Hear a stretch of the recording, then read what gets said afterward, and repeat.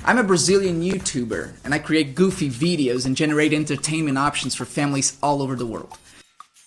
Você pode confiar em mim. Or at least all families who speak Portuguese, which outside Brazil, Portugal, and Angola are like 5 families. But I'm not here today to goof around in front of a brand new audience. And when the clown needs to speak seriously, you know the circus is probably on fire. Americans like to boast about being the world leader at everything. That America is the greatest place on earth. And since the COVID outbreak, you are leading in COVID deaths. That is partly, of course, thanks to your president, Donald Trump, who many of you claim to be the absolute worst head of state in the democratic world today. Well, I'm about to show you that the 200 million people here in Brazil have you beat. Okay, for the moment we're only second in deaths, but I'm certain that our leader, Jair Bolsonaro, is the worst COVID president in the world. Bolsonaro is a military man who has defended the use of torture under Brazil's dictatorship. He then rose to presidentship using statements like this. Vamos fuzilar a petralhada aqui do Acre! Que sou homofóbico, sim, com muito orgulho. Do I need to say anything else, or do you get the picture? Brazil is the fastest rising COVID country in the world. And the WHO has considered us the new epicenter of the pandemic. Still, he shows no sign of taking the crisis seriously. In short, he makes Donald Trump seem like Patch Adams. Since the very beginning of the crisis, he has not stopped going out, thereby encouraging others to do the same. You guys got pissed off because of a measly Trump rally in Tulsa 3 months after the outbreak in the US.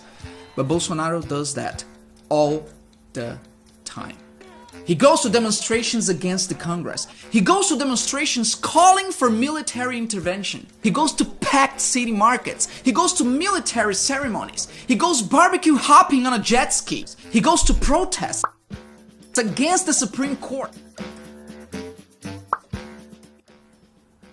That bit disgusting even with no pandemic. Much like Trump, Bolsonaro justifies his actions by professing to believe in miracle cures. For starters, they're both obsessed with the Shut up, I'm Brazilian! They're both obsessed with a drug with no evidence of working against the disease. But there's a big difference between Trump talking about this in press conferences and what our guy's doing. Bolsonaro has asked the health authorities to forcibly change the official medicine leaflet of hydrofluorocarbons to include coronavirus as a prescribed use case. He's also using the Army's industrial capacity to produce the medication while public hospitals face shortages of other drugs, like sedatives and painkillers. Bolsonaro also actively retaliates against any public authority who promotes safety. He fired a health minister after he insisted quarantine was a good thing. He fired the next health minister after he refused to prescribe chloroquine to all COVID patients. He then put a military man in charge of the health ministry and fired most of the technical staff who had been there for years. He's also trying to incite violence. In April, he held a cabinet meeting in which he said, Como é fácil impor uma ditadura no Brasil, como é fácil. O povo está dentro de casa. Por isso que eu quero, ministro da Justiça e ministro da Defesa, que o povo se arme. Que é a garantia que não vai ter filho da aparecer para impor uma ditadura aqui. And he didn't stop at words. He also took actions a few days later, upping the limits on how much ammunition we can buy and eliminating all gun tracing regulations. Finally, as the crisis worsened, Bolsonaro began mocking the deceased and their families. When Brazil reached 2,500 dead, a reporter asked him for a statement on it, and his answer was this. Cara, quem fala de eu não sou coveiro, tá vendo? When we reached 5,000 dead. E daí? Lamento. Quer que faça o quê? When the death toll got to 30,000. Lamenta todos os mortos, mas é o destino de todo mundo. When we reached 50,000 dead, he got musical.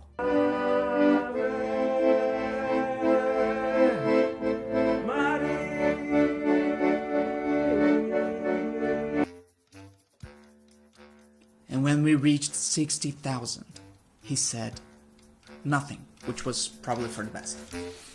It's so ugly that even Donald Trump admits we're not in good shape. Ask him, how are they doing in Brazil? He's a great friend of mine. Not good. But there's something else that Trump says that I'd like to leave you with.